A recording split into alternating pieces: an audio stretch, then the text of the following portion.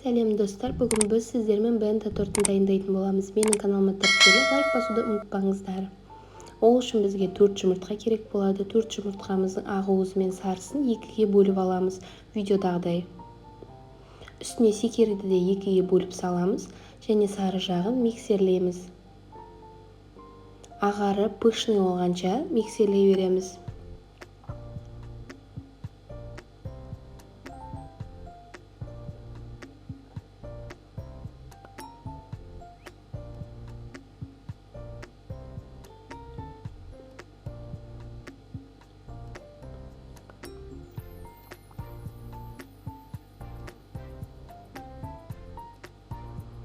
Одан кейін ақ миксерлейміз және де сүтіміз бен майымызды осының ішіне қосып жібереміз.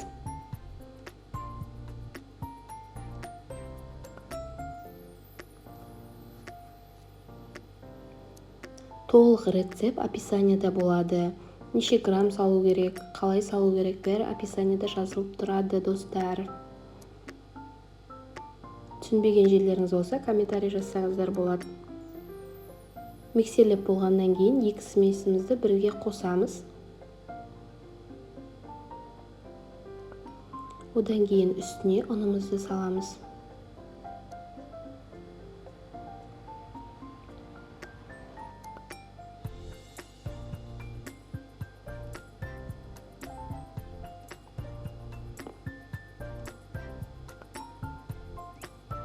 Өзіме ыңғайлы болу үшін мен бисквитті 2-ге бөліп пісірдім. Бисквитіміз дайын болғанша кремімізді дайындаймыз. Мен творожный сыр, сливки және сахарный пудра салып миксерледім. Сливки 33-35% болғаны жөн. Өте керемет болып шығады, бисквитіміз көтеріліп, любой тортқа пайдалансаңыздар болады.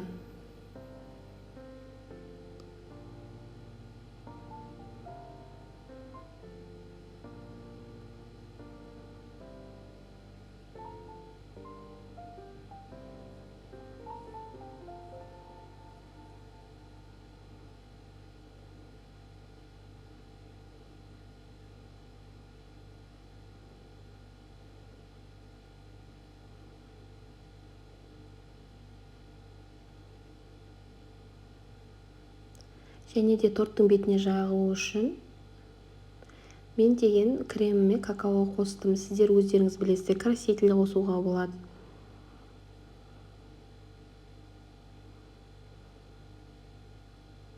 Осылай менің тортым дайын болды.